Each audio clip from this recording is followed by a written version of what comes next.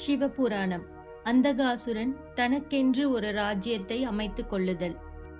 அசுரர்களின் குருவான சுக்ராச்சாரியார் தன்னுடைய தவத்தின் பயனாக பெற்ற சஞ்சீவனி மந்திரத்தால் இறந்த அசுரர்களுக்கு உயிரளித்தும் அந்த போரில் அசுரர்களால் வெற்றி கொள்ள முடியாமல் மீண்டும் பாதாள லோகத்திற்கே தேவர்களால் திருப்பி அனுப்பப்பட்டனர்.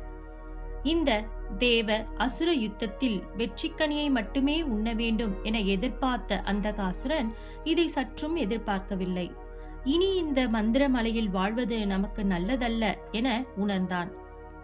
தோல்வியடைந்த அசுரர்களான இவர்களுடன் இருப்பதைக் காட்டிலும் தனக்கென ஒரு ராஜ்யத்தை அமைக்க வேண்டும் என்றும் அதில் தன்னுடைய அனுமதியின்றி எவராலும் வர இயலாத வகையில் இருக்க வேண்டும் என்றும் எண்ணினான்.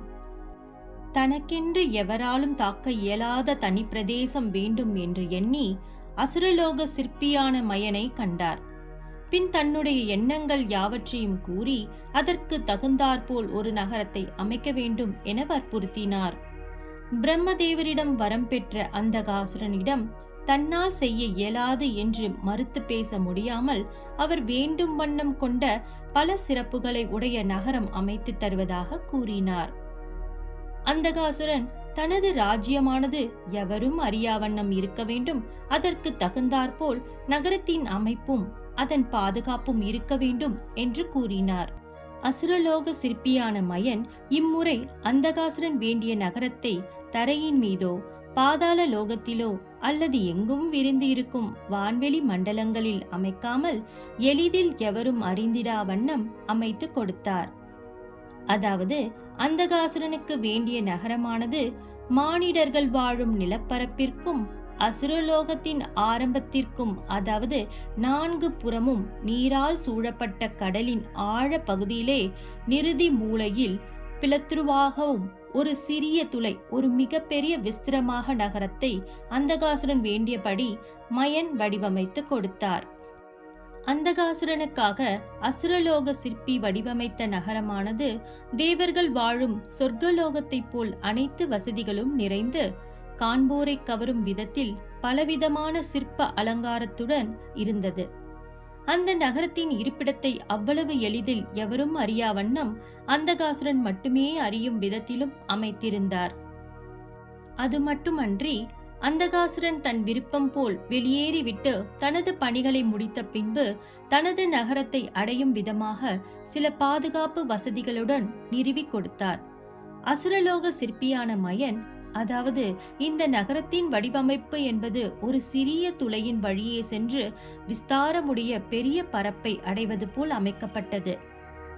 தனக்கென்று ஒரு நகரம் கிடைத்த மகிழ்ச்சியில் அந்தகாசுரன் தனக்கு ஆதரவான சில அசுரர்களை கொண்டு தனது ராஜ்யத்தை நடத்தி வந்தான். அந்தகாசுரனுடன் இருந்த அசுரர்கள் அவனது பலத்தை கொண்டு தனக்கு வேண்டியதை நிறைவேற்றி கொண்டனர். அது மட்டும் இல்லாமல் அந்தகாசுரனுக்கு தவறான போதனைகளை அளித்து தேவர்களுக்கு எதிராகவும் அதே சமயம் மது மாது என சுகபோகங்களுக்கும் அந்தகாசுரனை அடிமையாக்கினார்கள். அந்தகாசுரன் பிளத்துவாரம் மூலம் அவ்வப்போது வெளிப்பட்டு தேவர்களுக்கும் பூவுலகில் வாழும் மக்களுக்கும் பலவிதமான இன்னல்களை அளித்துவிட்டு கனப்பொழுதில் அவ்விடத்தை விட்டு தனது இருப்பிடத்திற்கு சென்றான். தேவர்களும் அந்தகாசுரனின் இருப்பிடத்தை கண்டறிந்து தாக்கும் பொருட்டு மேற்கொண்ட முயற்சிகள் யாவும் செயலற்று போயின. தேவர்களால் அந்தகாசுரனின் இருப்பிடத்தை கண்டறிய முடியவில்லை. அந்தகாசுரனின் தாக்குதல் தொடர்ந்த வண்ணமே இருந்தது. தேவர்கள் அந்தகாசுரனின் எதிர்பாராத தாக்குதல்களை கலக்கம் அடைந்தனர். தேவர்கள் கலக்கம் அடைந்த தகவலானது அசுரலோகம் வரையிலும் பரவியது. அதனால் அசுரர்கள் மத்தியில் அந்தகாசுரன் ஒரு மாபெரும் வீரனாக மதிக்கப்பட்டார். அசுர குருவின் ஆதரவும் அந்தகாசுரனுக்கு கிடைக்க பெற்றது.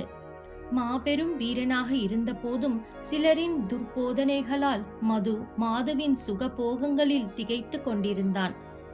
இதுவே அந்தகாசுரனை அழிவு பாதைக்கு மறைமுகமாக இழுத்துச் சென்றது. ஓம் நம சிவாய.